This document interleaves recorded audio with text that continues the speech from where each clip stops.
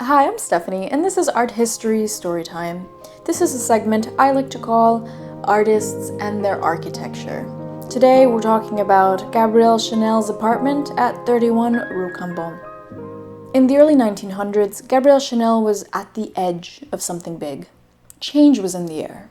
Initially, Chanel opened a hat shop at 21 Rue Cambon in 1910, and because her style was so revolutionary at the time, it quickly gained fans among her bourgeois friends and their chatty circles. With success came expansion, growth for this diamond in the rough.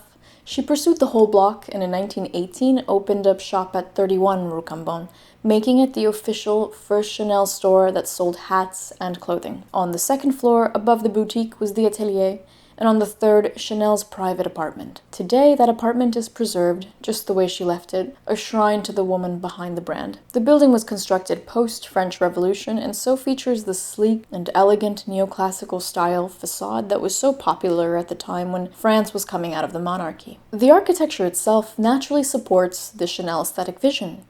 Neoclassicism is a revival of Greek classical antiquity. The movement is characterized by grand scale, strong but simplistic lines and forms, and solid, balanced proportions that create an aura of timelessness for the structure. Like, you know it's solid and it's been there a long time. So it seems very in line with the Chanel ethos of low-key simplicity and classicism. There are a number of recurring motifs with Chanel the person and ultimately Chanel the brand.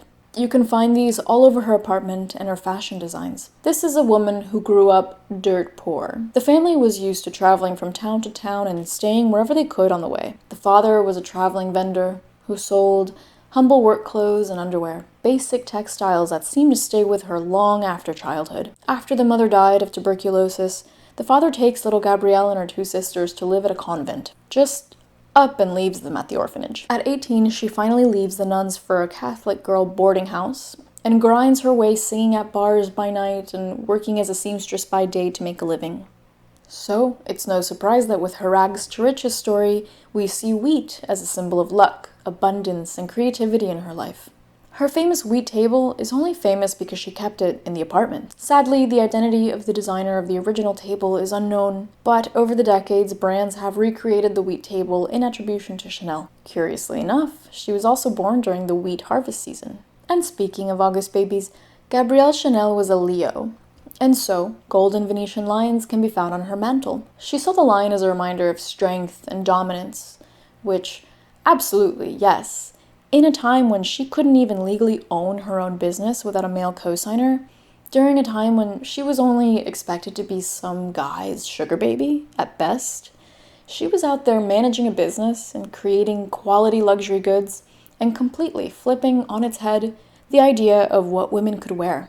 Culturally speaking, such drastic changes in design or art don't come around so often. I mean, she completely changed the silhouette from corset and floof to a chill wardrobe of sharp, clean lines and neutrals. There was no gradual or in-between, just an absolute rebel in the industry and society.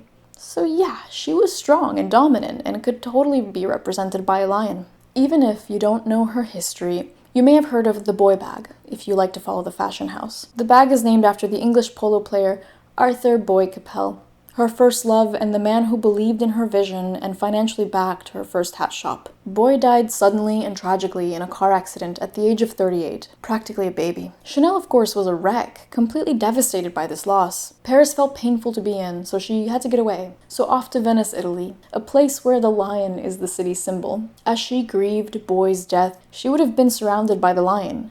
Maybe she saw it as a protector of sorts that was with her while she healed from a traumatic time. Next, we have the white camellia flower, found on the iconic packaging, buttons, jewelry, and the black and gold lacquered Coromandel folding screens that she loved collecting.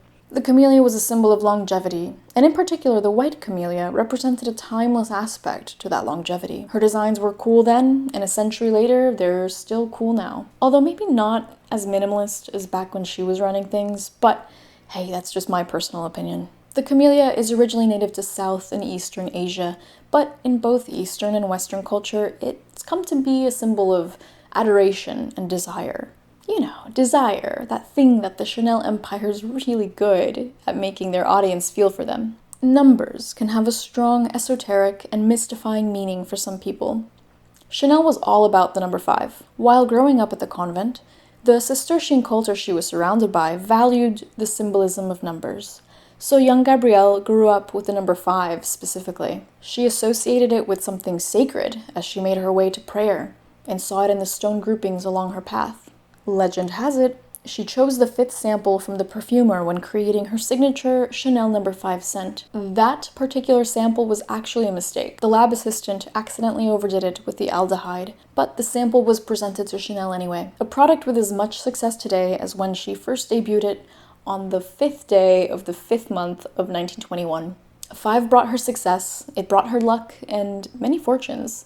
So she continued to infuse its numerical magic all over her space and her creations. The apartment is such a representation of Chanel. She once said, "An interior is the natural projection of a soul." Could she be any more right? In her apartment, we see the iconic design elements that permeate her fashion designs. This is a person that lived and breathed her work. If you get the rare pleasure of visiting the apartment, or just look at pictures of it, you'll find shiny black surfaces, lush upholstery like leather and suede, balanced out by gold and glitz, reflective surfaces, and hunky leather-bound books atop simple wood shelves. Despite her simplistic design aesthetics, her apartment was surprisingly maximalist. People are paradoxical and enigmatic in their deep selves and true nature. We're often full of opposing things that somehow naturally exist within us all at the same time. So of course, we see traces of her life at the convent in the clean lines and honest, unpretentious material choices. These elements sit at home next to gilded frames and opulent chandeliers and priceless works of art from famous artist friends. It was like her personal bubble, holding so many of her experiences, subconscious projections, abandonment traumas, memories, keepsakes, and beloved motifs. So the apartment was for day use and entertainment only. She never actually slept at the apartment. There wasn't even a bed for the option to do so. Instead, Chanel stayed at the Ritz for well over 30 years. Yes, this means at the end of each day, she'd walk down the block over to the Ritz and settle for the night. And in the morning, once more, took her 5-minute walk back to the apartment and the boutique to begin the day's work. Before making her way back, though, she had the habit of calling the shop to alert the assistants she was on her way. This heads up gave them just enough time to run in and quickly spritz the apartment with Chanel No. 5, just the way she liked it. Thank you so much for watching. I hope you find these moments and stories and places in history as interesting as I do. If you enjoyed this video, I'd deeply appreciate it if you'd hit that like button and subscribe for more art-related content.